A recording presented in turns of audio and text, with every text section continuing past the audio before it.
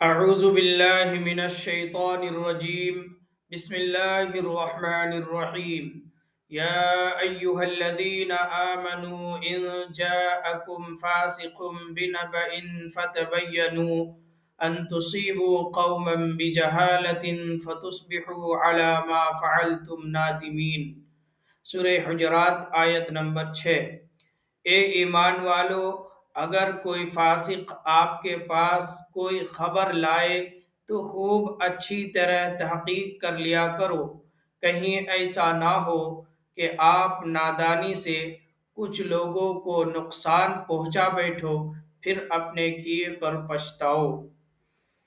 حافظ ابن جریر طبری اور دیگر مفسرین نے اس آیت کریمہ کا شان نزول یہ بیان فرمایا ہے کہ نبی کریم صلی اللہ علیہ وسلم نے حضرت ولید بن عقبہ رضی اللہ عنہ کو قبیلہ بنو المستلق کے پاس صدقات وصول کرنے کے واسطے بھیجا۔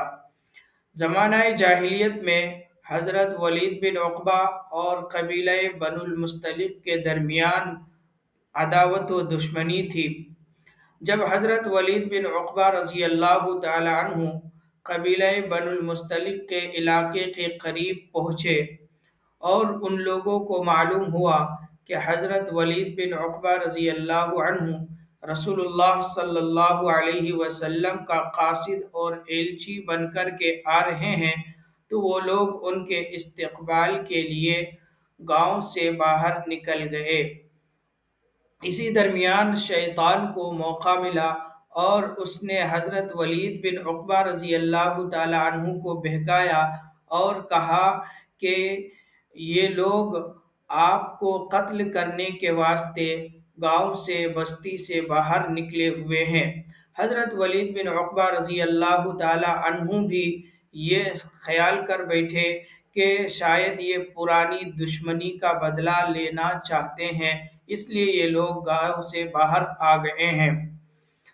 چنانچہ حضرت ولید بن عقبہ رضی اللہ تعالی عنہ وہیں سے مدینہ کے لیے روانہ ہو گئے اور نبی پاک صلی اللہ علیہ وسلم کے پاس آ کر کے عرض کرنے لگے کہ وہ لوگ صدقہ دینے سے منع کر دیے ہیں اور مجھے قتل کرنے کے ارادے سے گاؤں سے باہر نکل گئے ہیں۔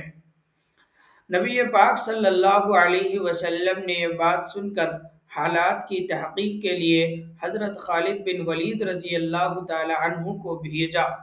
جب حضرت خالد بن ولید رضی اللہ تعالی عنہ گئے تو وہ دیکھ رہے ہیں کہ وہ لوگ اذان دے رہے ہیں، نماز پڑھ رہے ہیں اور صدقات بھی پیش کر دیے۔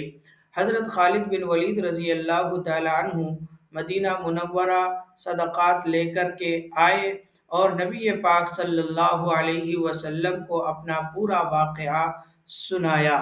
اس پر یہ آیت کریمہ نازل ہوئی۔ اس آیت کریمہ اور واقعہ سے یہ سبق اور درس ملتا ہے کہ کوئی بھی خبر اور بات ہو تو اس کی تحقیق کر لینی چاہیے تاکہ جھگڑے اور اختلاف نہ ہوں، کیونکہ بہت سارے جھگڑے اور اختلاف تحقیق نہ کرنے کی بنیاد پر ہوتے ہیں۔ اسی لیے اللہ کے نبی صلی اللہ علیہ وسلم نے فرمایا، کفا بالمرء کذبا ان یحدث بکل ما سمع، کہ آدمی کے جھوٹا ہونے کے لیے یہ کافی ہے کہ وہ ہر سنی ہوئی بات بیان کر دے۔